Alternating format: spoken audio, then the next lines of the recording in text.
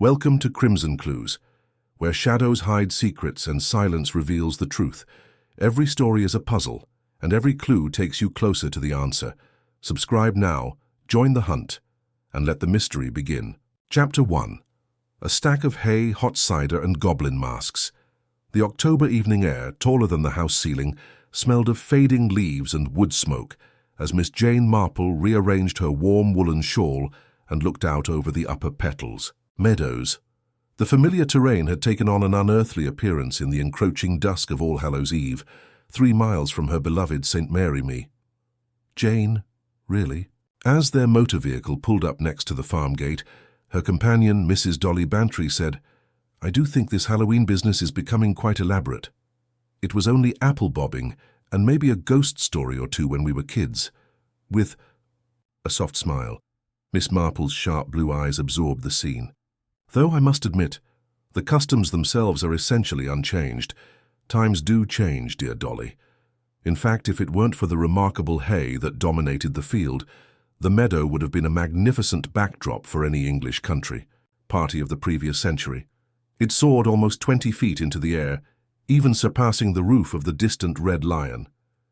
Like delighted moths around a flame, children dressed as witches and goblins rushed around its base, their laughter mingling with their parents' upbeat shouts. "Good evening, Miss Marple," called a cheerful voice.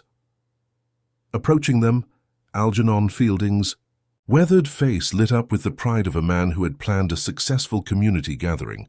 Algie, 52, still had the sturdy physique of a working farmer, but his growing waistline indicated that his wife Cora's superb cuisine had started to wear him down. "Mr. Fielding." "What a splendid rich," said Miss Marple, taking his help as she got out of the motor car. "The most amazing thing I've ever seen." Well," Algie said, his chest swelled with pride. "We thought we'd do something special this year." To properly build her up, it took more than a week. To ensure that she would ignite securely, we had to bring in that fellow Voss, of course. Accidents are impossible with so many kids around. A thin, sharp-featured man in his 30s came up holding what seemed like a coil of wire, as if his name had called him. Terry Voss moved like someone used to handling hazardous materials, precise and methodical. His clothing had the subtle chemical odor that persisted in those who handled explosives and fireworks.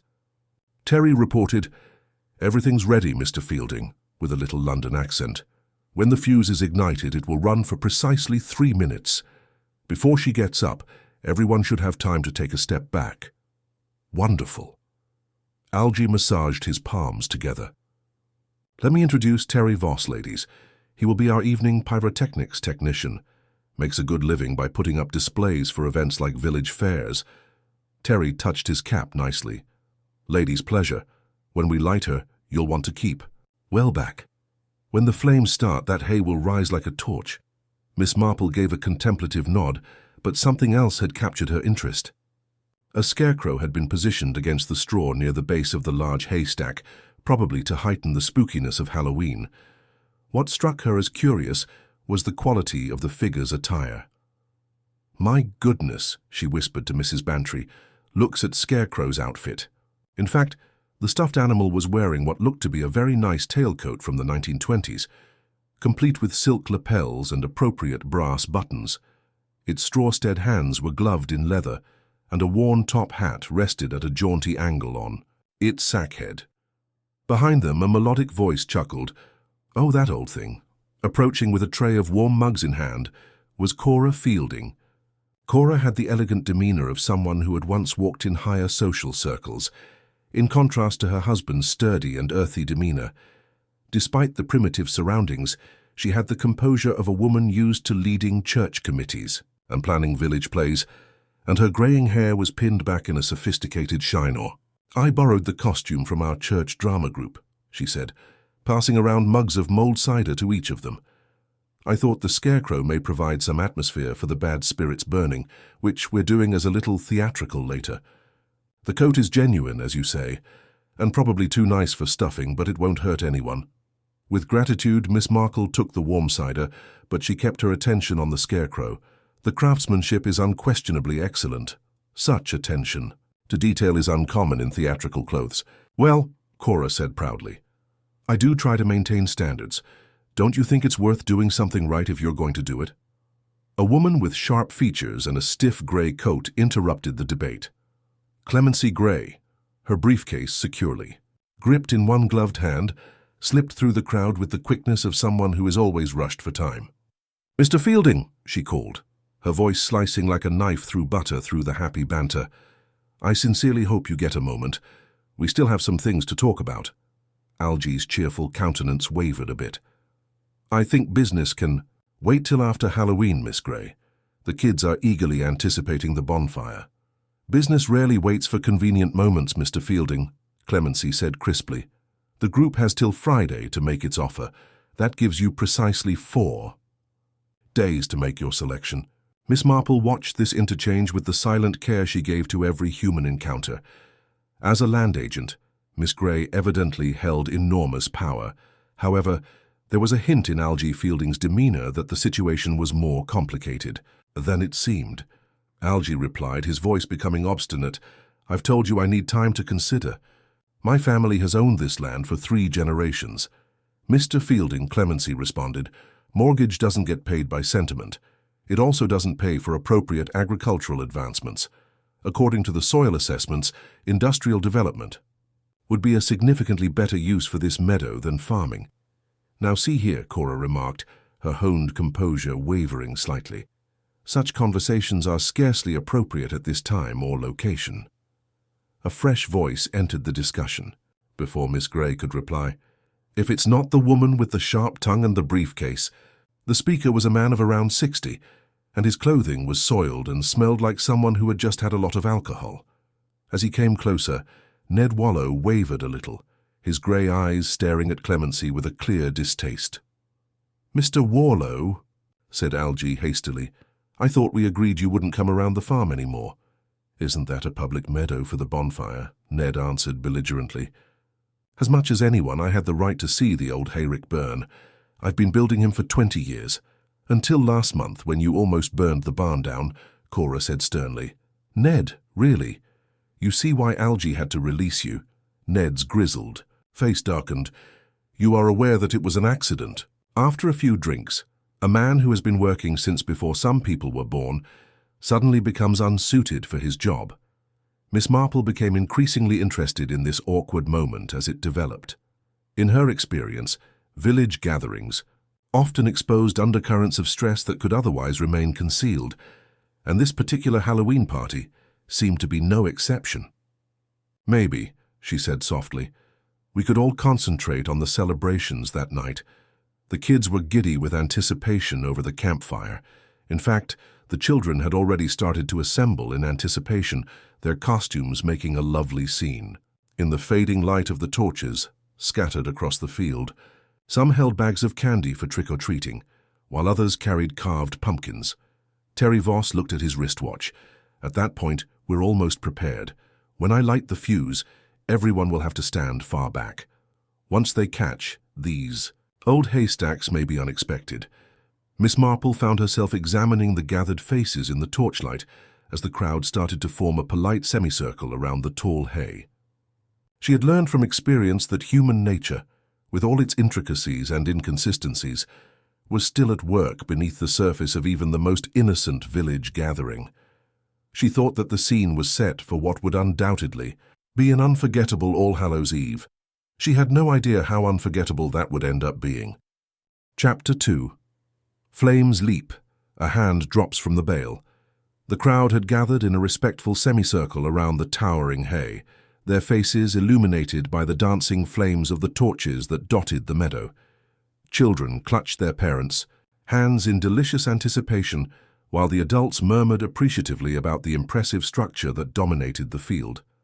Miss Marple found herself positioned near Mrs. Bantry, both ladies having accepted Cor Fielding's invitation to stand with the family group for the best view of the proceedings. From this vantage point, she could observe not only the spectacle itself, but also the reactions of those around her.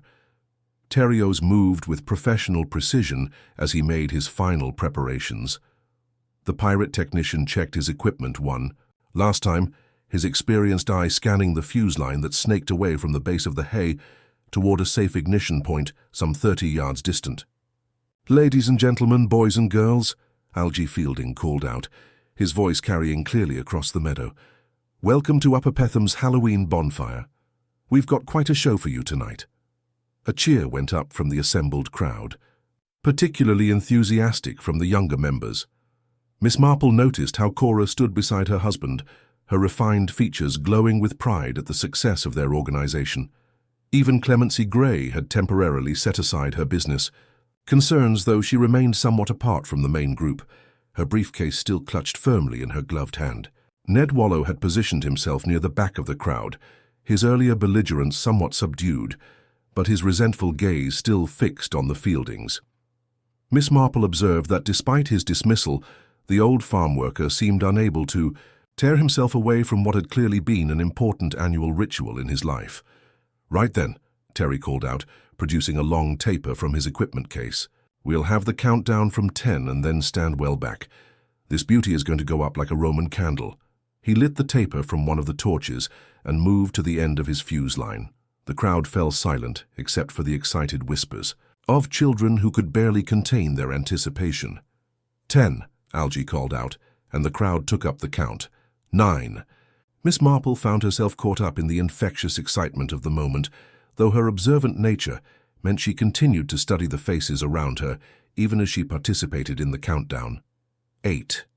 Terry held the burning taper poised above the fuse, waiting for the proper moment. 7.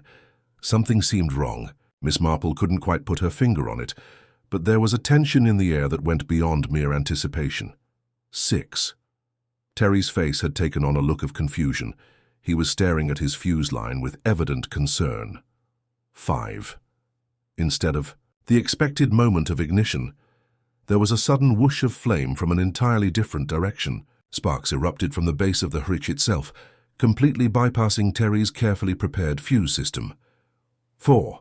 The count continued automatically, though several people had begun to notice that something was amiss. "Good Lord!" Terry shouted, dropping his unused taper. "That's not right. The fuse shouldn't have." His words were lost in a tremendous roar as the Hayrick erupted into flames with spectacular suddenness. The carefully stacked bales seemed to explode outward in a cascade of burning straw, the fire racing upward with frightening speed. The crowd stepped back instinctively, shielding their faces from the sudden intense heat. Children squealed with delight at the unexpected drama, while their parents looked on with a mixture of awe and concern. "Magnificent," Mrs. Bantry exclaimed, though rather more dramatic than expected. Miss Marple, however, had noticed something that chilled her far more than the October evening air. As the flames leaped higher and the structure began to collapse inward upon itself, something had fallen from one of the burning bales. At first, it appeared to be merely a piece of debris, perhaps part of the scarecrow that had been positioned near the HR's base, but as it struck the ground and rolled slightly away from the conflagration, Miss Marple realized with growing horror that what she was seeing was unmistakably human. A gloved hand attached to an arm protruded from what remained of a burning bale of straw. "Oh, my dear," she said quietly, her voice barely audible above the roar of the flames. Mrs. Bantry, following her friend's horrified gaze, let out a sharp gasp.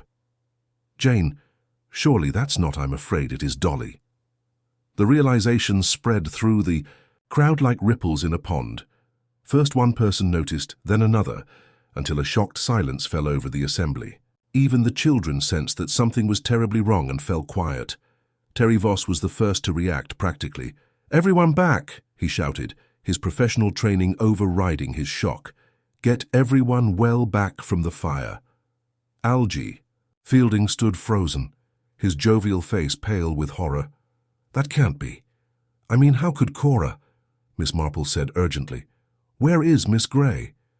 Cora Fielding turned with a confused expression. "Miss Gray? She was here just a moment ago during the countdown." She was standing. She gestured vaguely toward the area where the land agent had been positioned, but Clemency Gray was nowhere to be seen among the crowd that was now backing away from the inferno in various stages of shock and disbelief. "Someone needs to telephone." "The police immediately," Miss Marple said with quiet authority. "And the fire brigade, though I fear they'll be too late to save whoever." She couldn't bring herself to finish the sentence, but the implication was clear to everyone present.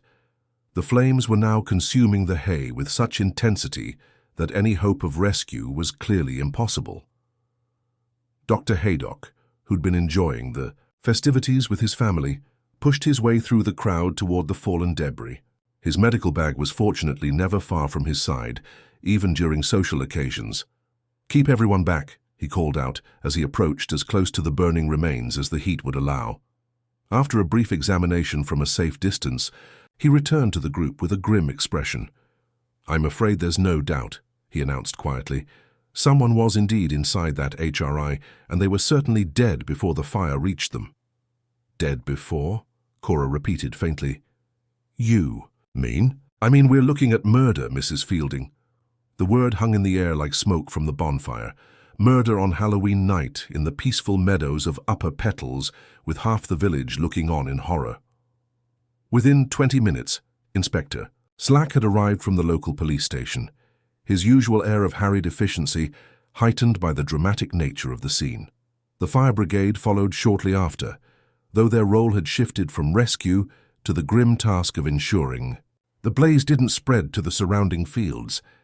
As the flames began to die down, and the true extent of the tragedy became clear, Inspector Slack began the process of securing the scene and taking initial statements from the shocked witnesses.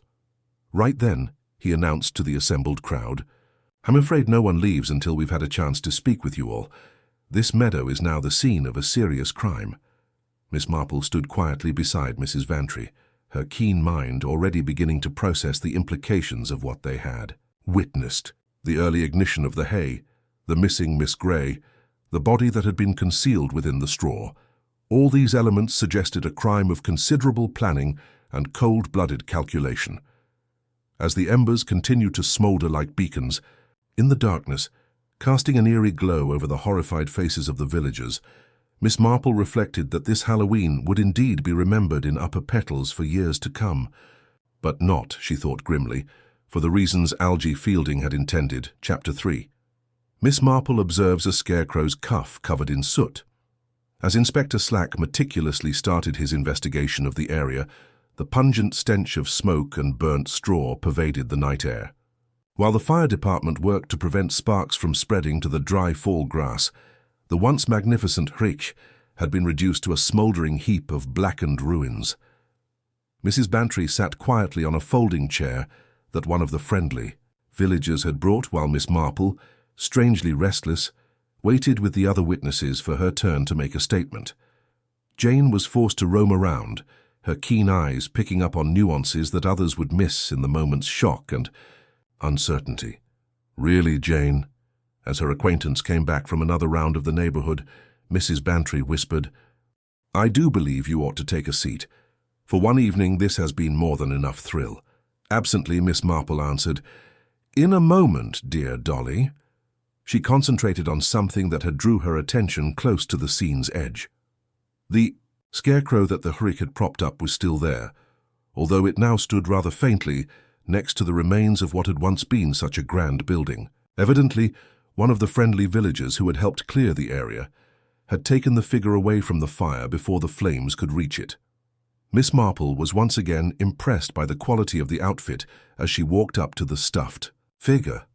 Indeed, the tailcoat from the 1920s that Cora Fielding had borrowed from the Church Drama Club was an amazing item, far above what one would often find on a scarecrow. The silk lapels were hardly worn, and the brass buttons shone in spite of the smoky air. She was especially interested in the scarecrow's left cuff. The spotless cloth was marred by a dark stain that contrasted sharply with the black wool. In order to avoid disturbing anything that could be important to Inspector Slack's investigation, Miss Marple moved closer. Soot. Definitely soot, and it appears to be rather new. That was odd, though, because the scarecrow would have been far away from any falling ash or debris if it had been in its current location when the hay ignited. She turned, seeing something intriguing, Miss Marple, and saw Dr. Haydock coming toward her, his medical bag still in hand, his face solemn with the gravity of what he had seen. "Maybe," she said carefully. "Doctor, tell me, did you see if this scarecrow was relocated once the fire started?" Dr. Haydock studied the question carefully. I couldn't say precisely where it had been placed originally, but I think young Tommy Fletcher and his father carried it away from the flames, along with a few other things that were in risk of catching fire. Miss Marple gave a nod, but she kept her eyes on the figure. Her attention had been drawn to something else. A tiny grey feather was secured to the scarecrow's lapel by what seemed like some sort of ornamental pin. She said, "How curious," as she leaned in to look at the decoration. The dainty silver pin was shaped like a little crow with its wings untied. It was the sort of accessory one might wear to a theatrical performance or costume party. She whispered, "Mrs. Fielding," to Cora, who was chatting with Inspector Slack close to the fire's remnants. Cora excused herself from the discussion and came over, clearly exhausted. Her elegant poise had obviously been weakened by the sad course of the event. "Yes, Miss Marple, I do hope you're not too distressed by all this dreadful business." "Nope. Sweetheart, I just had a question regarding this adorable pin on the lapel of your scarecrow. It's very unique." Cora took a startled look at the ornament. "Oh, that. Yes, I do now recall. Earlier this evening, I distributed a few of those to the kids taking part in our small pageant. In our burning of the evil spirit scene, these were supposed to stand in for the crow spirits. Would you mention how many did you distribute?" "Oh, maybe about a dozen. I had Mrs. Henderson in the village make them specifically for the event. She creates beautiful costume jewelry." Cora hesitated. A look of perplexity crossed her face. "However, I'm quite sure I didn't attach one to the scarecrow's lapel. I'd have recalled doing it."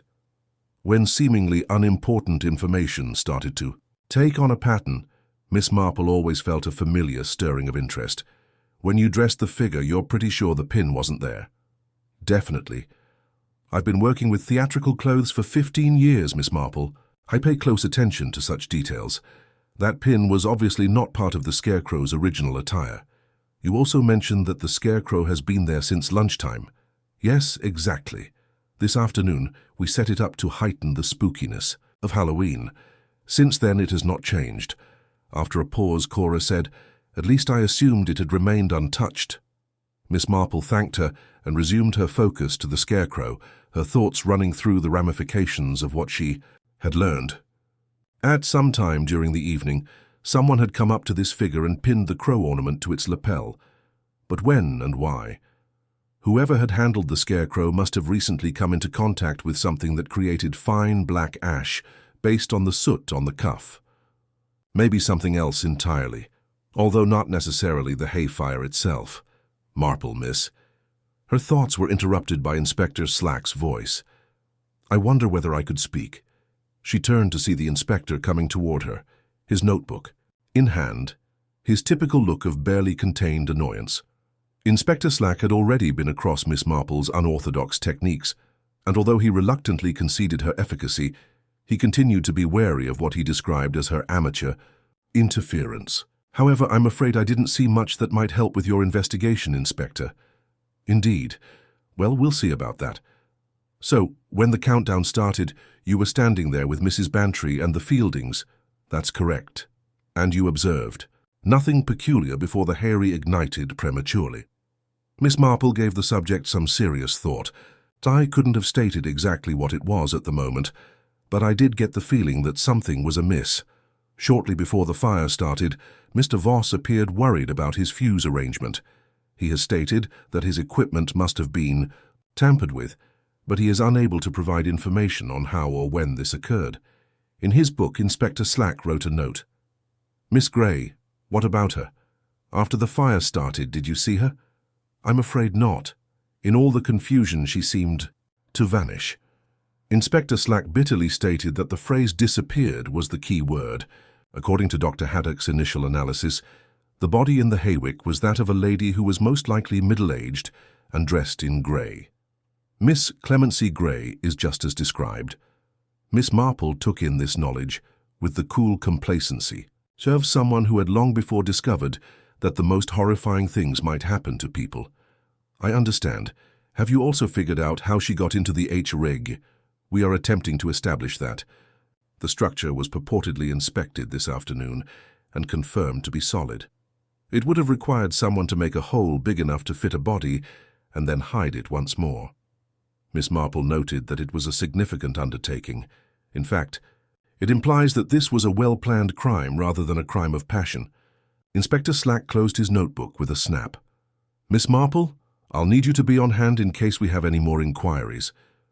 Miss Marple kept returning to the scarecrow and its enigmatic decorations as the inspector went on to speak with further witnesses. How and why someone employed the figure as part of their strategy was suggested by the soot on the cuff and the crowpin that wasn't there at first. She was still considering these questions when Mrs. Bantry, who appeared to be very worn out from the evening's activities, came over. "Jane," her companion replied firmly, "come along. We have run out of things to do here tonight, and I'm eager to get home." Miss Marple gave a nod of approval. She couldn't help but take one more look at the scarecrow standing watch over the flaming ruins as they made their way to their motor-C vehicle. Tomorrow, she thought, would present new queries and possibly some solutions. However, the secrets of the Halloween murder mystery had only just started to come to light tonight. Chapter 4. Only one of the two pitchforks has broken tines. Grey and gloomy, the morning after the Halloween tragedy began with a continuous drizzle that appeared to reflect the gloomy atmosphere that had descended upon Upper Petals. Miss Marple had convinced Mrs. Bantry to accompany her on what she called a constitutional return to the crime scene, after rising early since her mind was too busy with the events of the previous evening to allow for a good night's sleep. When they arrived, Inspector Slack was already on duty, leading a small group of constables in a meticulous search of the area surrounding the burned remnants of the Hayrick. Even though it was less dramatic, the scene appeared more menacing due to its stark truth in the low morning light. Miss Marple yelled, "Good morning, Inspector," as they got closer. "I sincerely hope our return is acceptable to you. Exercise and fresh air are really important to me after upsetting experiences." With scarcely disguised resignation, Inspector Slack raised his head from his notebook. "I might have thought you would arrive here early, Miss Marple. Just going." "For a stroll, Inspector. But I must admit I'm interested in your probe." The inspector pointed to a group of agricultural tools that were spread out on a canvas sheet close by. "All of the tools that were in the area yesterday evening have been catalogued. Typical process, of course." Miss Marple walked curiously over to the exhibit. A rake, a few coils of rope, 2 pitchforks, and many spades were there. She was immediately drawn to the pitchforks because they were a study in contrast. One of the tools looked to be in really good shape, its 4 sharp, straight tines. After years of careful use, the hardwood handle has become smooth. The identifying number 2 was inscribed in precise black lettering on a little metal tag that was fastened to the handle. A completely different story was told by the second pitchfork. The tool would have been nearly useless for its intended use, if not for the noticeable bending of 2 of its tines, which curled inward at strange angles. This tool displayed significantly more wear overall and had the marking number 1 in it. "Interesting," said Miss Marple. "I suppose these belong to the Fielding farm." "Yes, exactly. Mr. Fielding has attested that he uses both of his tools to move straw and hay about the property." Miss Marple recognized Constable Lake as a young man who had previously interacted with local law enforcement. He came bearing an evidence bag. "We have completed inspecting the damaged pitchfork, Inspector. The twisted tines clearly smell like fireworks powder." Inspector Slack cautiously sniffed the bag. "You're correct. Peter, I'd say sulfur and salt. The kind of residue you could anticipate after working with pyrotechnics or explosives." "How interesting," said Miss Marple. "Such materials are not often expected to come into touch with a farm tool." "No," the inspector said coldly, "one wouldn't. Which is why I'm particularly interested in speaking with certain individuals about their whereabouts yesterday afternoon." Ned Warlow, who had spent the early morning hours at the public house, came at the border of the meadow, strolling with a little wobbly gait, as if called by their discourse. Even though his clothing were rumpled and stained from his recent drinking, he approached the group with a stubborn clarity in his eyes. "Good morning, Inspector," he said in a very nice manner. "I heard you wanted to talk to me again." "Yes, Warlow, I do. Describe these pitchforks to me." With studied disinterest, Ned looked at the tools. "What about them?" As usual, they are Fielding's tools. How recently have you used them? Around 4 hours last afternoon. Some of the bales for the hay were stacked with the assistance of the damaged. One, which was number 1 there. Not that I'm grateful for the help, mind you. Inspector Slack wrote something down. Once you were done with this task, you left the tool where I found it and left for home. After that, it had nothing to do with the Fielding location. Miss Marple looked interestedly at Ned's grizzled face. You expressly brought up the damaged pitchfork, Mr. Warlow. When you used it, was it already bent? Ned's eyes squinted a little. It was, of course. Remained that way for months. Ever since Billy Fielding, who was a young boy, used it to force open a gate that had become jammed. Although it infuriated Algie at the time, he never bothered to have it fixed. However, you decided to use the damaged instrument instead of the one that was in good shape. The handy one was number 1, that's all. Such things don't bother me while I'm working for free.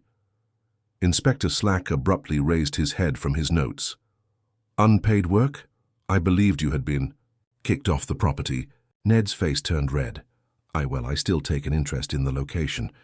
Didn't I work there for 20 years? Old habits don't go away easily. You acknowledge that you entered the premises without authorization yesterday. I don't confess anything. Like that.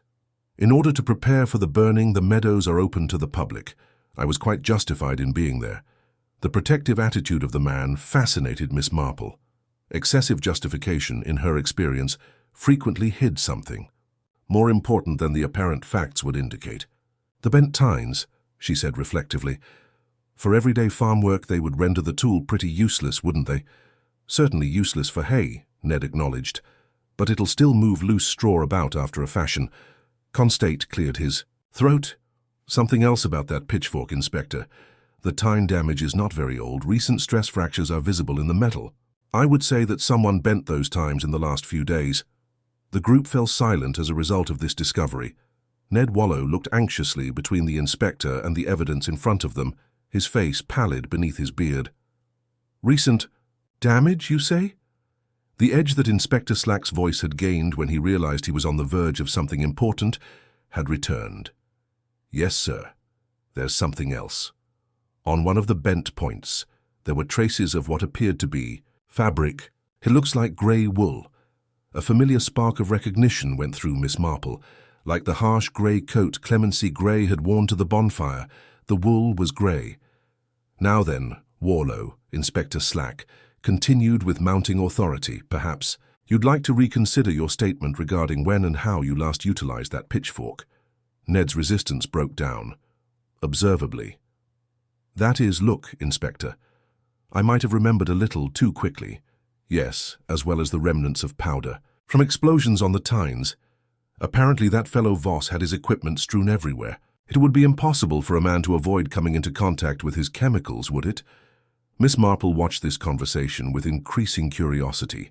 In her experience, Mr. Warlow's answers were getting more detailed, which was a strong indication that the truth was more nuanced than his initial story had indicated. We should continue this discussion at the police station, Mr. Warlow.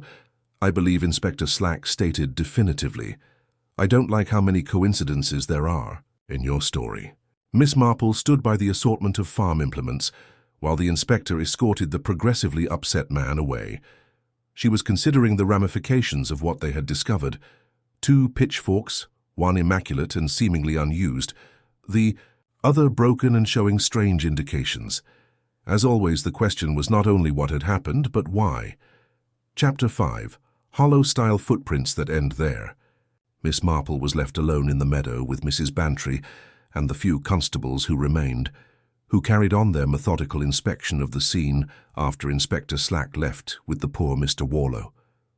The drizzle had gotten heavier, forming a thin mist that hung like a cloud over the burned remnants of the hay. Really, Jane? Pulling her coat tighter around her, Mrs. Bantry watched. I do believe we ought to go back home. The police can undoubtedly handle their inquiry without our oversight, and this weather is rather terrible. However, Miss Marple appeared to be unaware of the dampness as she walked slowly around the area's perimeter. Her sharp eyes focused on the ground. She had learned from experience that even the most confused sight often had telling elements for those patient enough to look for them, but the combination of yesterday evening's events and the morning's rain had left a confusion of imprints in the soft dirt. She answered absently, "In a moment, dear Dolly," stopping to study a particularly distinct set of impressions close to the meadow's edge. "I think I might have discovered something very intriguing. The practical shoes and heavy boots that had tramped across most of the region were very different from the prints she had found. These were the clean, accurate impressions of what seemed like high-end city brogues, pointed-toed shoes with ornamental holes that conveyed quality and style rather than functionality." Miss Marple knelt carefully over the clearest print, uncaring, of the damp grass that instantly began to soak through her skirt. It appeared to have been made when the ground was slightly damp but not yet muddy from the morning's rain, because the impression was crisp and well-defined. "Constable, may I bother you to take a look at something?" she said to the young officer who was inspecting the area close to the hay remains. Constable Lake came over clearly interested. His little acquaintance with Miss Marple had taught him to believe everything she said, no matter how trivial it seemed at the time. "Miss Marple, what have you discovered?" "These footprints," she said, pointing to the clean impression trail. "They appeared to lead toward that stile in the far corner of the meadow, away from the location where the crowd had assembled the night before." The constable trailed her eyes to the field's edge, where an ancient wooden structure led to the nearby orchard. With wooden steps leading up and over a stone wall, the structure had a typical shape. However, what set it apart was the deep pit that had been carved into the stone at its base over time. "City shoes," Constable Lake said, taking a closer look at the prints. "Not the kind of shoes you'd often see at a bonfire in the country." "Yes, and see how the prince's stride became increasingly erratic as he got closer to the stile, as if he were moving more quickly or with difficulties." They followed the trail of footsteps across the meadow, Miss Marple moving with the steady determination of a bloodhound chasing a scent. Miss Marple moving with the steady determination of a bloodhound chasing a scent. Mrs. Bantry followed them, mumbling now and then that the weather was bad, and that such things were inappropriate for women of their age. The intrigue only grew as they got closer to the stile. The footsteps were evidently continuous all the way up to the stone building, but there was no indication that they continued on the far side, as one would anticipate that they would. "Very strange," said Miss Marple, carefully inspecting the space surrounding the stile. The prince just stopped. Constable Lake scaled the stile and inspected the orchard side land. "Miss Marple, nothing here. Beyond the wall there are no impressions at all in the soft ground." "But that's impossible," Mrs. Bantry objected. "People don't simply vanish into thin air, Jane. There must be prints on the opposite side if someone climbed over the stile." However, Miss Marple was once again studying the stile itself. Its base had a hole that was larger than she had first thought, smoothed over generations of use. Kneeling next to the stone depression, she remarked, "How curious. Please shine your torch into this hollow, Constable." They all gasped as they saw what the beam of light showed. Nestled in the deepest part of the hole, carefully camouflaged, from casual view, was a pair of women's shoes. Not just any shoes, though. These were the pricey city brogues that had left the prince's track they had been following, immaculate, sharp, and adorned with the characteristic holes that had indicated their path over the field. "Well," said Mrs. Bantry, "I never—" "Someone swapped out their sneakers." "Well, it seems," Miss Marple said carefully. "However, why? More significantly, what became of the individual who wore them? Because they might contain evidence, Constable." Lake handled the shoes with respect as he carefully removed them from their hiding place. "I'd say the leather is of high quality and has just been polished in a size 6. Inside is a maker's mark. London, Henderson and Sons." The wet morning air had nothing to do with the chill that hit Miss Marple. "Constable, I think we ought to report this discovery right away to Inspector Slack. It's possible that these shoes belong to the unlucky Miss Grey." "Miss Grey?" Mrs. Bantry appeared perplexed, but what was she wearing if they were her shoes? The implication hung in the air like the morning mist. If Clemency Grey had changed her shoes at this point, it indicated a degree of preparation and forethought that gave the events of the entire evening a new, darker perspective. As she got up from her study of the hollow, Miss Marple noticed that someone had meticulously planned this. They made plans to get rid of the evidence, because they knew Miss Grey would be present and that she would be wearing these specific shoes. However, who would be aware of such details, Consip inquired. Someone who was sufficiently familiar with Miss Guy's routine to forecast her actions, someone who, in spite of the rural location, may be expected to wear her finest city shoes in addition to attending the campfire. Thinking about the ramifications of their discovery, Miss Marple looked back across the meadow toward the burning remnants of the Hrish. The tidy trail of footprints revealed that someone had previously stopped to change their shoes before making their way into this remote area of the field with a growing sense of urgency. What? She abruptly turned back to the area surrounding the stile and stated, "There's something else. Look at the ground here, just beside where the shoes were hidden." At the location she pointed to, Constable Lake shone his torch, and a tiny smattering of what looked like chaff, the thin, papery remains of threshed wheat that stuck to everything in harvest season, was visible. "Chaff?" Mrs. Bantry noted. "However, I didn't think I'd find it this far away from the hayrick." "I wouldn't either," Miss Marple concurred, "unless someone who had come into close contact with the contents of that hay carried it here on their person or clothing." As Miss Marple continued to survey the area surrounding the stile, the constable meticulously documented their findings. A picture of events that was growing more obvious and unsettling was created by the combination of the hidden shoes, the broken footprint trace, and the strewn-about chaff. "I think," Miss Marple finally said, "we should go back to the village and tell Inspector Slack what we found. It's possible that Miss Gay's disappearance is a more complicated mystery than first thought." Miss Marple couldn't get rid of the impression that they had only discovered the first layer of the meticulously planned deception as they crossed the meadow again.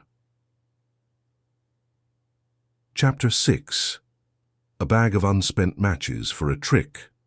By the time Miss Marple and Mrs. Bantry made their way back to the actual hamlet, news of Ned Wallow's arrest had spread with the extraordinary rapidity that small-town news is known for. Many locals had congregated outside the police station, hoping to catch a glimpse of some progress in the case, and the Red Lion Inn was a hive of speculation, but Miss Marple didn't care much about the rumors that were circulating about them. The intriguing findings of the morning, especially the concealed shoes and their significance for comprehending the events of Halloween night, continued to occupy her thoughts. As they stopped outside the town candy store, she said to Mrs. Bantry, "I believe maybe we could talk to some of the kids who came to the celebrations last night. Youngsters frequently pick up on nuances that adults overlook." Mrs. Bantry had a doubtful expression. Their parents must have warned them not to talk about such upsetting things. Perhaps, but kids have a way of unintentionally disclosing crucial information. A tiny voice came up from behind them, as though to support her. "Argument, are you assisting in the capture of the criminal who injured the woman, Miss Marple?" As they turned, they saw Susan Fletcher, maybe 8 years old, holding a battered pumpkin-shaped bag and staring at them with the serious interest youngsters have in adult riddles they don't quite comprehend. With a gentle, "Hello, Susan," Miss Marple lowered herself to the child's level. "What a lovely trick-or-treat bag you have there." "It's not mine," Susan flatly retorted. "When Mommy asked me to pick up the laundry that blew off the line this morning, I discovered it in the hedgerow. Daddy says I can't eat the sweets inside until the cops have examined everything." Miss Marple's heart began to race. "What a sensible father you have. Please let me look at the bag. I swear not to interfere with anything of importance." Susan voluntarily extended the orange canvas bag. With a smiling jack-o'-lantern face and strong handles to hold the night's bounty of sweets, it was one of the typical Halloween collecting bags found in village stores. Miss Marple could see a variety of wrapped candy and chocolate bars, the standard trick-or-treating currency, through the open top, but something that quickly drew her notice was tucked away among the candies, a substantial bundle of string-bound wooden matches. "Susan," she said cautiously, "do you remember seeing anyone carrying this particular bag last night?" The child gave this careful thought. "I believe Tommy Hartwell owned it. He was displaying to everyone how many candies he had amassed, and he had one just like it." Mrs. Bantry looked at the contents of the bag over Miss Marple's shoulder. "Matches seem an odd addition to a collection of Halloween treats." "Indeed they do," said Miss Marple. She studied the bundle more closely without removing it from the bag. The wooden stems of the matches bore prints of Bryant and May Lucifer, giving the impression that they were of superior quality. It was the same kind she'd seen Terry Voss testing his pyrotechnic apparatus the night before. Susan made a good observation. There's something else in there.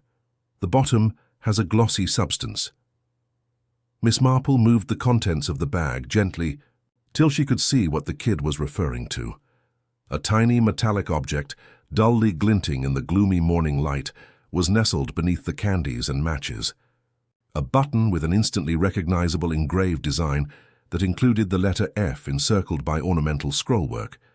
It matched the buttons on the real 1920s outfit that Cora Fielding had borrowed from the Church Theatre Club, the Scarecrow's tail coat. "This is very important evidence, Susan," Miss Marple stated with increasing enthusiasm. "We have to get it to Inspector Slack right away." "Will my bag be returned to me?" the child asked with the practical concern of youth. "I'm sure you will, sweetheart, once the inspector's finished evaluating it, and you've been extremely helpful indeed." They hurried to the police station, where they saw Sergeant Lake and Inspector Slack engaged in a contentious debate on the events of the morning. As they stepped inside, the inspector looked up, clearly frustrated and surprised. "Miss Marple, I thought I'd made it clear that this is a police matter," she softly interrupted. "Yes, it is, Inspector, which is why I thought you should see this right away." She indicated the pumpkin bag that Susan still grasped in her small hands. Following a brief explanation of the events surrounding the bag's discovery, Inspector Slack began to look more closely at its contents. He seems to be very interested in the matches. May Lucifers and Bryant, he thought. Our Mr. Voss utilizes the same kind for his work with fireworks. That's exactly what I saw, Miss Marple said. Additionally, the button seems to be identical to those on the Scarecrow's outfit. Sergeant Lake looked up from his notebook. However, Inspector, why were these matches in a kid's trick-or-treat bag if they were from Voss's supplies and the button was from the Scarecrow? Miss Marple said it was a great question, one that implies someone took great care to gather these things and hide them all together. Using a pair of tweezers, Inspector Slack carefully took the button off the bag and examined it under the desk. "Lamp at the station. Very correct, and the etching precisely matches the buttons on the Scarecrow's garment. However, why would someone take off a costume button? Maybe it wasn't taken out on purpose," Miss Marple said carefully. It might have come loose when the Scarecrow was being physically moved. As they all weighed the possibilities, the suggestion lingered in the air. If someone had handled the Scarecrow roughly enough to dislodge a button, it suggested the stuffed figure had played a more significant role in the evening's events than anyone had initially supposed it. "And the matches?" Mrs. Bantry inquired. "Well," Miss Marple said, "one would need trustworthy igniting materials if one intended to start a fire too soon. The matches that Mr. Voss is in possession of would undoubtedly meet that criterion." Focusing on young Susan, Inspector Slack took a few notes. "You mentioned that you believed Tommy Hartwell owned this bag, miss." "Indeed, sir. He had one similar to it, at least." "When was the last time you saw Tommy carrying his bag?" Susan furrowed, her brow in intent focus. "I believe he was standing with his parents when the large haystack caught fire during the bonfire. Did you see him carrying the bag after the fire started?" "I don't know. Everyone was shouting and running around. It was really unclear." Once more, Miss Marple knelt next to the child. "This is really crucial, Susan. Do you recall anyone giving Tommy candy in the evening? Anybody who could have contributed to his collection?" Susan enthusiastically answered, "Oh, yes. He received some toffees from the kind woman in the grey coat. She claimed that these were extremely tasty and unique Halloween sweets made with—" "Turtle?" A shiver went down Miss Marple's back. "The grey-coated woman, are you sure?" "Yes, indeed, it was very important to her. The toffees, she said, were a special recipe, and Tommy should make sure to save the best ones for last." Miss Marple and Inspector Slack looked at each other thoughtfully. The order of events would have been completely different if Clemency Gray had been giving out candy to kids in the evening. It also raised unsettling questions about what might have been intended. "I think we should find young Tommy Hartwell right away, Inspector," Miss Marple said softly, and maybe Dr. Haydock should take a very close look at those toffees. Midnight. Voices in the Granary Eaves, Chapter 7. Inspector Slack managed the growing inquiry, and the remainder of the day was a flurry of activity. To everyone's relief, young Tommy Hartwell had been found and was in excellent health. To his mother's dismay when she found out about their possible importance, the toffees Susan had mentioned were in fact found in his possession, nicely wrapped and still uneaten. While Tommy was being gently questioned about the woman in the grey coat who had given him the candies, Dr. Ho had taken them away for quick analysis. His story, which included the unsettling detail that Miss Grey had appeared quite insistent that he keep her special toffees for the very end of the evening when they would taste the best of all, supported Susan's story in every way. Miss Marple seemed rather restless as dusk descended on Upper Peat. There were too many parts in the puzzle that didn't fit together because of what had happened during the last 24 hours. She had learned from experience that big revelations frequently followed such mental pain. "Really, Jane?" Mrs. Bantry watched as her friend paced the living room of the Red Lion where they were staying temporarily. "All of this strolling around of yours is making me feel really lightheaded. The issue can wait till tomorrow, surely." Miss Marple paused by the window overlooking the village square and said, "I'm afraid not, Dolly. Something significant that connects all these intriguing components is what we're lacking." On her fingers, she listed them. The hay was ignited too soon. There were signs of firework powder on the twisted pitchfork, the scarecrow with the enigmatic pin that wasn't there at first, and the soot on its cuff. The Styles' hidden shoes. Indeed. Addition to those unsettling toffees, there is also this bag of matches and a button. Mrs. Bantry conceded that does seem like a lot for one evening. In fact, too much. It alludes to either a remarkable happenstance or extremely meticulous preparation. Miss Marple went back to thinking about the village in the dark. Only a few windows displayed the cozy glow of lamplight, and the majority of the stores had closed. She could just make out the main buildings of Fielding Farm in the distance, their silhouettes against the overcast sky. "Dolly," she remarked abruptly, "I think we ought to go for another walk." "It's past 10 and rather dark outside at this hour, Jane, exactly why it could be enlightening. Sometimes people who think they are going unnoticed reveal more about their actual actions." Miss Marple was adamant in spite of Mrs. Bantry's objections, and in 30 minutes they were on the well-travelled route to the Fielding Farm. Miss Marple had borrowed a torch from the owner of the inn, but she didn't use it much because she wanted their eyes to get used to the darkness. Only the faint stench of smoke and the pale barrier tape that Inspector Slack had used to seal the scene could be heard in the strangely still meadow where the hay had once stood. Carefully avoiding the area, they came along the side of the farm, buildings, where the granary and storage barns were accessible via a tiny alley. "What precisely are we trying to find?" As they hid behind a stone wall that surrounded the farmyard, Mrs. Bantry murmured. "I don't know for sure," Miss Marple said. "However, I suspect that Halloween night's activities are not quite over yet." They soon heard sounds coming from the direction of the granary, as if to confirm her suspicions. With its slate roof and weathered stone walls, the ancient structure was almost invisible in the darkness and stood somewhat apart from the main farmhouse. Mrs. Bantry noted, "Someone's moving about in there," her previous hesitation lost in the thrill of possible discovery. Miss Marple nodded while trying to hear what was being said. What sounded like a heated argument between two people was taking place in the granary, but it was hard to make out individual words because of the thick walls. Shouting, "We need to get closer," she said.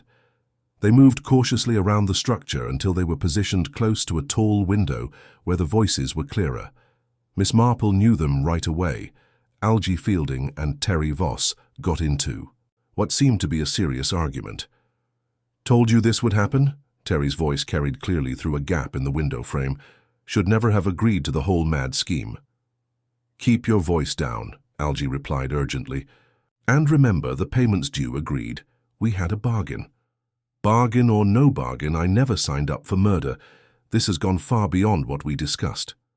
There was a pause, followed by the sound of something being moved about, something metallic, that scraped against the granary's stone floor. "Here's your payment," Algy said, his voice now clearly audible. "Take it and keep your mouth shut. As far as anyone knows, that fuse malfunctioned on its own." "And what about the pitchfork? Your friend Warlow's been arrested for something he didn't do." Ned knew the risks when he agreed to help. He'll keep quiet. He has to. Miss Marple felt Mrs. Bantry stiffened beside her as the full implication of this conversation became clear. Terry Voss had been paid to sabotage his own fireworks display, creating the premature ignition that had revealed the body in the hick earlier than someone had planned. The conversation continued, but was interrupted by the sound of approaching footsteps. Both women pressed themselves closer to the wall as a third figure approached the granary, someone moving with evident stealth and purpose. "Who's there?" "Terry's," voice called out sharply from within the building. The footsteps paused, then resumed more quickly. Whoever was approaching clearly had no intention of announcing their presence. Miss Marple made a quick decision. "Sergeant Lake," she called out in as authoritative a voice as she could muster. "Police, the building is surrounded." The effect was immediate and dramatic. There was a crash from within the granary as someone apparently knocked over a piece of equipment, followed by the sound of running footsteps. The door burst open, and Terry Voss emerged at a dead run only to collide almost immediately with the genuine Sergeant Lake, who had indeed been approaching the building as part of his evening patrol. "Well, well," the sergeant said as he steadied the startled pirate technician. "Mr. Voss, out rather late for a country stroll, aren't you?" Meanwhile, Algy Fielding had appeared in the granary doorway, carrying what appeared to be the bent pitchfork from the morning's evidence collection. His face went pale as he realized the full extent of his predicament. "I can explain," he began weakly. "I'm sure you can," Miss Marple said, emerging from the shadows with Mrs. Bantry close behind. "And I suspect Inspector Slack will be very interested in hearing that explanation, particularly the part about payments and bargains." As Sergeant Lake took both men into custody, Miss Marple reflected that the midnight voices in the granary eaves had indeed provided the final pieces needed to understand the conspiracy behind the Halloween Hayrick murder. But she suspected that the full truth was still more complex than even these revelations suggested. Chapter 8. 3 lines are removed from the Harvest Ledger. The next morning, the Upper Petals police station was bustling with activity, as Inspector Slack worked to disentangle the ever more intricate web of dishonesty that had been revealed by the revelations of the previous evening. Algy Fielding faced similar charges in addition to possible charges for the actual murder, while Terry Voss had been officially charged with conspiracy and evidence manipulation. In recognition of Miss Marple's contributions to the investigation, Inspector Slack extended the courtesy of allowing her to watch the proceedings, although she was clearly reluctant to do so. While the inspector interrogated the 2 men separately, she sat quietly in a corner of the interview room. She paid close attention to both what they said and what they purposefully didn't say. After being arrested and facing formal accusations, Terry Voss's prior attitude entirely collapsed, making him the more cooperative of the two. His story depicted a man who had been lured into a plot that had grown much more complex than he had initially realized. According to him, "I was hired to rig the fuse for a delayed ignition," he said, his hands shaking.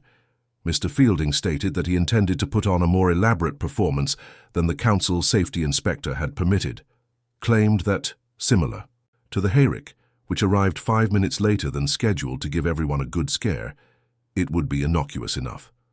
"And you believed this explanation?" Inspector Slack spoke in a doubtful tone. "I needed the work," Terry sadly answered. "Mr. Fielding offered good pay for what appeared to be a simple job, and business has been slow. I never thought that hay might contain a body. However, when the fuse blew early and the body was discovered earlier than expected, you must have had a suspicion." Terry's expression turned white.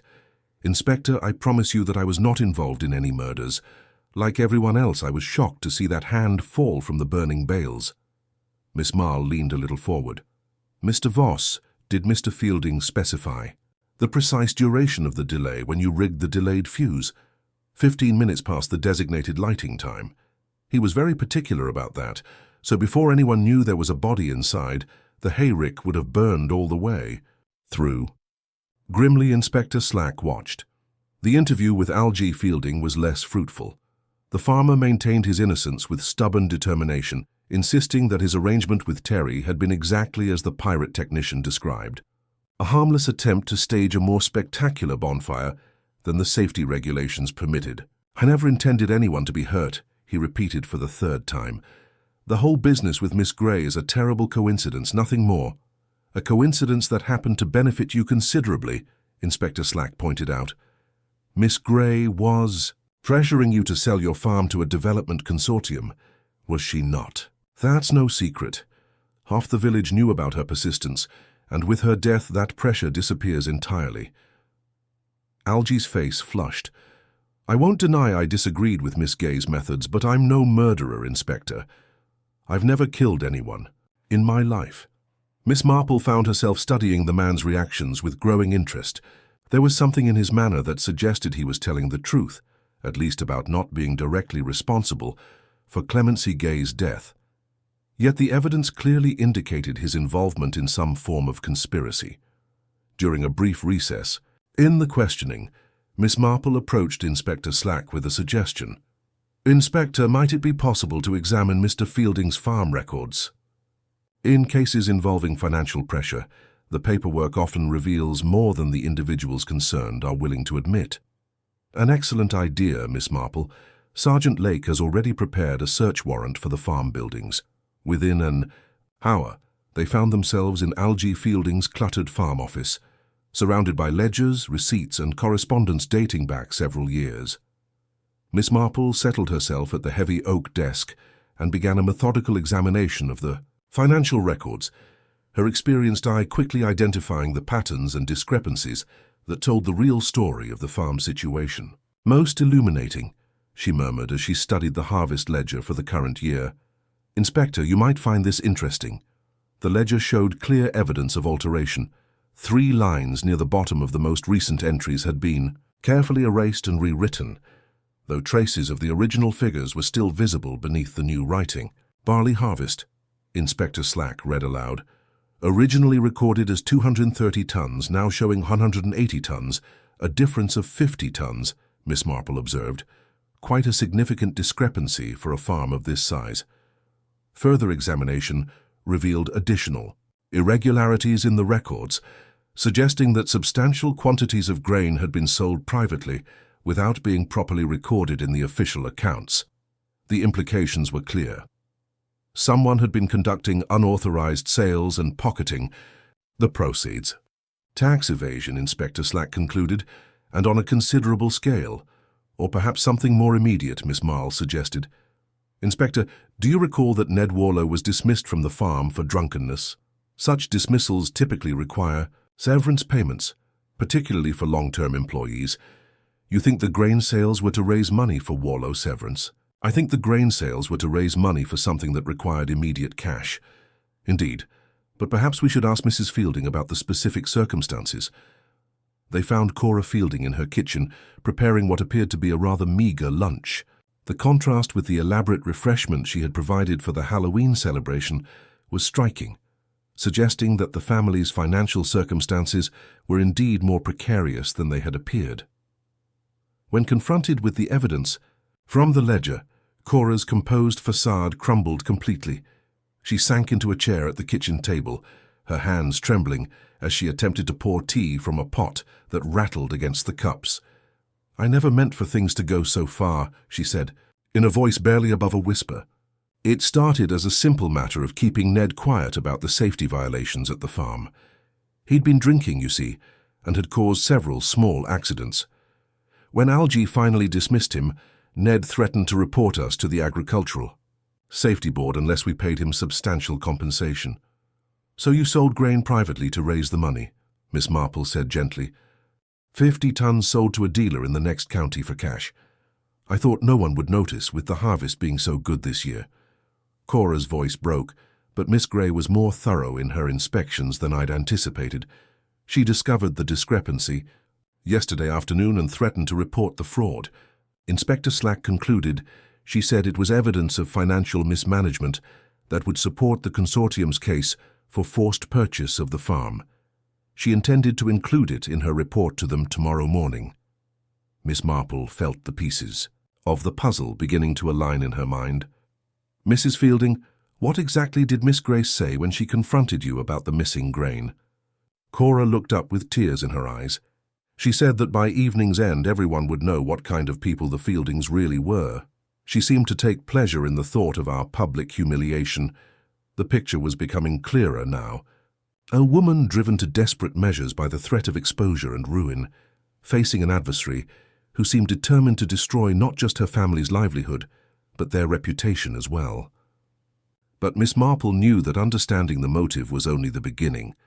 The question that remained was exactly how that motive had been transformed into the calculated murder they had witnessed on Halloween night. Chapter 9. A pumpkin stem. Covered in phosphorus dust. Dr. Haddock's initial report on the toffees found in young Tommy Hartwell's possession was delivered in the afternoon, and the findings supported Miss Marple's worst fears regarding the actual cause of the Halloween catastrophe. Dr. Haddock sadly declared white phosphorus as he walked into Inspector Slack's office. He had a manila folder with his results in one hand and his medical bag in the other. The phosphorus paste has been so well disguised, mixed with trial and shaped to look like regular toffee, that it would be nearly impossible for a casual inspector to notice it. With pleasure at the evidence, Inspector Slack reclined in his chair. "We were correct about the poisoning then. Prior to the fire, Miss Gray was slain. Undoubtedly, the phosphorus content of each candy would have been lethal within minutes of ingestion, and the experimental masking would have made the poison extremely appetizing, especially to someone who enjoys sweets." The realization chilled Miss Marple, who had been watching the proceedings in silence. "You said, Doctor, that Miss Gray was especially fond of sweet foods." "Yes, indeed. It's actually quite infamous. She had peppermints in her briefcase at all times, and she was known to eagerly take any candy that was presented." "The stern land agent's weakness for candy was something of a village joke," Miss Marple added thoughtfully, "which means that whoever prepared those poisoned toffees knew Miss Gay's habits intimately enough to predict her behavior. In fact, the poisoning was highly targeted at the victim's known preferences rather than occurring at random." After taking a few notes, Inspector Slack returned his focus to Dr. Haydock. "But what about the Hayries' body? Have you managed to finish the post-mortem investigation?" "I've done so, and the outcomes are in line with phosphorus toxicity. The moment of death was at 5 hours yesterday evening, which is around 2 hours before the fire started." Miss Marple scowled. 5 o'clock? However, Miss Gray was spotted alive in the early hours of the evening, and the bonfire wasn't supposed to start until 7. "That's what's odd," Dr. Hayrick said. "Phosphorus poisoning is evidently present in the body, but there are also indications of post-mortem violence, including a chest puncture wound caused by what looks to be a pointed object." "The bent pitchfork," said Inspector Slack at once. "Despite being post-mortem, the wound may very well be consistent with such an instrument. Someone wanted to make sure Miss Gray was dead for sure, or maybe to make more proof that would support a certain theory." Miss Marple got up from her seat and moved toward the window as she considered the ramifications of these medical discoveries. "Could we go back to the scene again, Inspector? I think there might be more evidence that we have missed." The inspector was clearly tired of her pleas, but Miss Marple's history of insightful remarks made her worth ignoring. An hour later, they were back at the Fielding farm with Dr. Haddock and a constable, who had brought along a magnifying glass and equipment for gathering evidence. Miss Marple took them straight to the spot where, in the chaos of Halloween night, the kids' pumpkin bags had been strewn about. The majority had been gathered by their owners, but a few were left behind in the tall grass and hedgerows that surrounded the meadow. She explained, "We're looking for traces of phosphorus," as they started their methodical search. Anything it came into contact with would have had traces of the poison employed in those toffees. The important discovery was made by Dr. Haddock. Among the fallen leaves tucked up under a bramble bush was a child's carved pumpkin that had seemingly been left behind when its little owner escaped the fire scene. He called out, "Miss Marple," in an excited tone. "You need to see this." It was evident that the pumpkin had been utilized for purposes other than ornamentation. Although the interior had been hollowed out as usual, There was a faint dusting of yellowish-green powder on the stem and around the carved opening, which glowed in the dark space beneath the bush with a spooky phosphorescence. After careful examination, Dr. Haydock confirmed that it was phosphorus dust. This pumpkin was used by someone to store or mix the poison. Miss Marple knelt beside the evidence, her mind racing through the implications. "Doctor, would this amount of residue be consistent with the preparation of the toffees we discovered?" "Absolutely. Someone mixed white phosphorus paste with trial inside this pumpkin, then transferred the mixture to sweet molds to create the poisoned confections." Inspector Slack was making rapid notes in his book. "So, we're looking for someone who had access to both white phosphorus and the facilities to create convincing toffee replicas. White phosphorus is used primarily as rat poison. Dr. Haddock observed most farms would have supplies readily available, and anyone involved in church theatrical productions would have access to molds and materials for creating stage properties." Miss Marple added quietly. The implications hung in the air as they continued their examination of the pumpkin. Additional traces of phosphorus were found on the carved features, suggesting that whoever had used the container had been working hastily without the careful attention to cleanliness that such dangerous materials normally required. "There's something else," the constable announced from his position near the hedgerow. Fragments of paper partially burned. The scraps proved to be the remains of what appeared to be instructional materials, pages torn from a chemistry textbook or manual that detailed the properties and handling of phosphorus compounds. Most of the text had been destroyed by fire, but enough remained to confirm that someone had been researching the preparation and effects of phosphorus poisoning. "Premeditation," Inspector Slack said with satisfaction. This wasn't a crime of passion, but a carefully planned murder. Miss Marple, however, was studying the pumpkin's carved features with particular attention. The workmanship was distinctive, precise, artistic, and executed with the skill of someone experienced in decorative carving. "Inspector," she said finally, "I believe we should speak with Mrs. Fielding again, and this time we should ask her specifically about her involvement with the church's Halloween decorations." As they prepared to return to the farmhouse, Miss Marple reflected that the phosphorus dust on the pumpkin stem had provided the final piece of evidence needed to understand not just how Clemency Gray had been murdered, but who had possessed both the means and the opportunity to carry out such a calculated crime.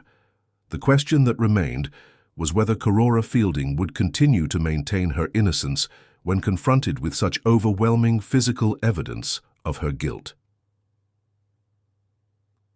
Chapter 10. The HR Secret and the First Crow are revealed. As Miss Marple assembled the key players in the investigation for what she anticipated would be the last admission of the truth behind the Halloween murder, dawn was breaking over the burned remnants of the HR. With typical hesitancy, Inspector Slack had granted her request, but the growing evidence had persuaded him that a formal confrontation would result in a confession that would conclude their case. The group's faces were white in the dreary morning light as they stood in an awkward semicircle in the Fielding farm. Despite the fact that their marriage was obviously suffering from the stress of the previous few days, Corora and Algie Fielding stayed close. Ned Warlow, now out of detention but still under suspicion, continued to act in the sullen silence that had marked his actions since the arrest, while Terry Voss, just released on bond, shuffled uneasily from foot to foot. The evidence that would be essential to Miss Marple's reconstruction of events was in Dr. Haddock's medical bag, which he held next to Inspector Slack. Wrapped in her heaviest coat against the morning frost, Mrs. Bantry watched the events with the interest of one who has been watching the end of a particularly interesting book. "Gentlemen and ladies," in a soft yet commanding tone, Miss Marple opened. "Over the course of the last 3 days, we have been dissecting a crime that was meticulously planned and brutally carried out. Miss Clemency Gray's murder was the result of a well-planned deceit intended to hide both motivation and method, rather than an isolated violent act as it first seemed." She pointed to where the Hrich's charred remains lay. The goal of the fire was to eliminate any traces of the crime, leaving only ashes and the belief that Miss Gray had unintentionally died in the fire. Before the evidence could be totally destroyed, The truth was accidentally exposed by the early burning of the hay, brought on by Mr. Voss's tampered fuse system. Terry Voss opened her mouth to say something, but Miss Marple held out her hand, gently. You were an unwitting collaborator in this catastrophe, Mr. Voss. You were employed to postpone the HR's ignition. However, you thought you were taking part in a harmless ruse to put on a more spectacular bonfire. The reality was much darker. Her gaze shifted to Algie Fielding. Your plot with Mr. Voss was genuine enough, Mr. Fielding, but it wasn't driven by a desire for dramatic effect. To make sure that Miss Gay's body would be totally destroyed by fire before anyone noticed she was gone, you needed the delayed fuse. Your wife had persuaded you that the success of her strategy required such a wait.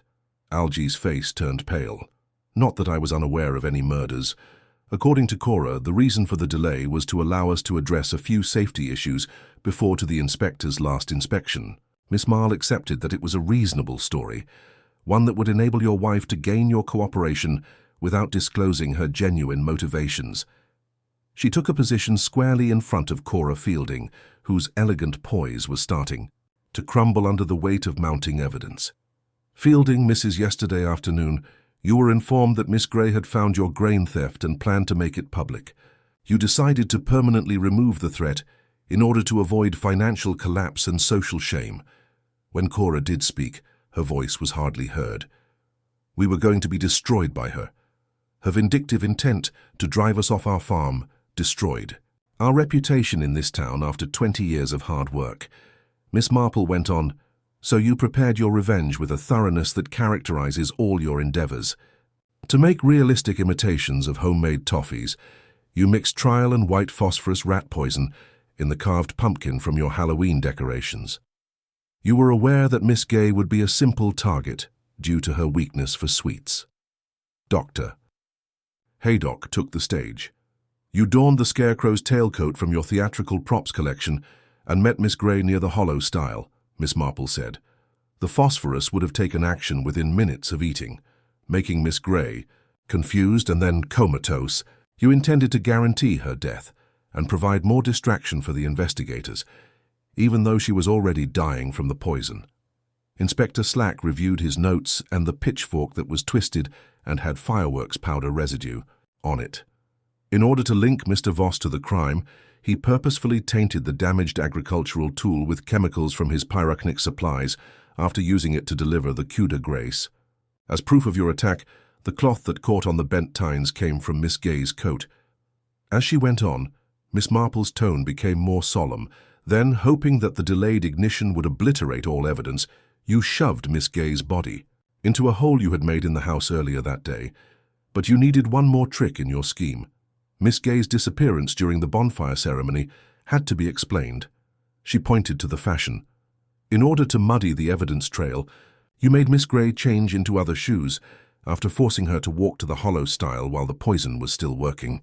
You gave the appearance that she had just mysteriously disappeared by hiding her city brogues in the stile's hollow. Mrs. Bantry remarked, "The Scarecrow," with a sudden understanding in her voice. "Indeed, Dolly." After dressing as the Scarecrow, Mrs. Fielding went back to the bonfire area and mixed with the throng during the pivotal moment when Miss Gray was ostensibly present but had already passed away. Her handling of Miss Gay's body, which had been tainted with ash from a previous test of the phosphorus mixture, was the source of the soot on the Scarecrow's cuff. At last, Cora Fielding lost all of her composure. She sobbed, "I never meant for it to go so far. But she didn't give me an option. We were going to be ruined by her, and it appeared to please her." Miss Marple pointed out gently that you had made a mistake with the crow pin on the Scarecrow's lapel. In your hurry to return to your usual look, one of your pageant ornaments was inadvertently pinned to the costume, and the button that came loose ended up in the trick-or-treat bag with the matches you had taken from Mr. Voss's supplies as a backup in case his delayed fuse failed. Handcuffed, Inspector Slack stepped forward. "I've arrested you, Cora Fielding, for killing Clemency Gray." Miss Marple thought about the terrible waste of it all as the inspector escorted the sobbing woman away. A sophisticated and intelligent woman, motivated by fear and desperation to commit murder, had ruined not only her victim's life, but also her own prospects. As they watched the police car disappear down the lane, she whispered to Mrs. Bantry that although the masks are made of wax, the motivation underneath is always steel. Like all such tragedies, the Halloween Hayrick murder had been solved, but all that remained was grief and the bitter realization that human nature could do the most horrifying things when pushed to its limits. Over crumpets at the Red Lion later, that morning, Mrs. Bantry shivered despite the warmth of the fire. Who knew that homemade candies could be so lethal? With thoughtfulness, Miss Marple folded her shawl. It's important to keep in mind that appearances can be very misleading, especially on Halloween, Dolly.